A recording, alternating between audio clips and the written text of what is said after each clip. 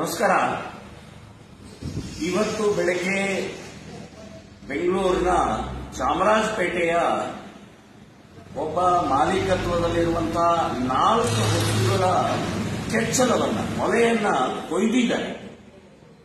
ಅತ್ಯಂತ ನೀಚ ನಿರ್ಲಜ್ಜ ರಾಕ್ಷಸರು.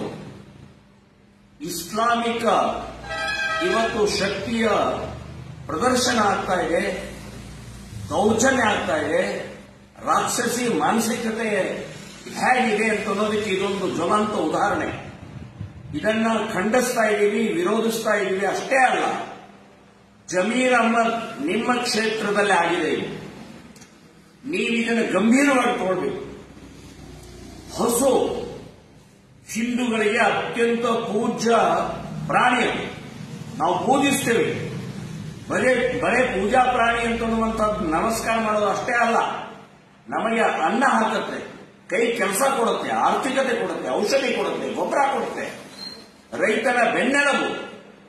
ಅಂಥ ಹಸುವನ್ನ ಕ್ರೌರ್ಯವಾಗಿ ಇವತ್ತು ನೀವು ಮೊಲೆ ಕೊಯ್ದಂತಹ ನೀಚರನ್ನ ಬಂಧನ ಮಾಡಿ ಒತ್ತು ಒಳಗಡೆ ಹಾಕದಿದ್ರೆ ಶ್ರೀರಾಮ ಸೇನೆ ಸಂಘಟನೆ ಇಡೀ ರಾಜ್ಯಾದ್ಯಂತ ನಾವು ಪ್ರತಿಭಟನೆ ನಿಮ್ಮ ವಿರುದ್ಧ, ಜಮೀರ್ ವಿರುದ್ಧ ಮಾಡಬೇಕಾಗತ್ತೆ ಅಂತನ್ನುವಂತಹ ಎಚ್ಚರಿಕೆಯನ್ನು ಕೊಡ್ತಾ ಇದ್ದೀನಿ.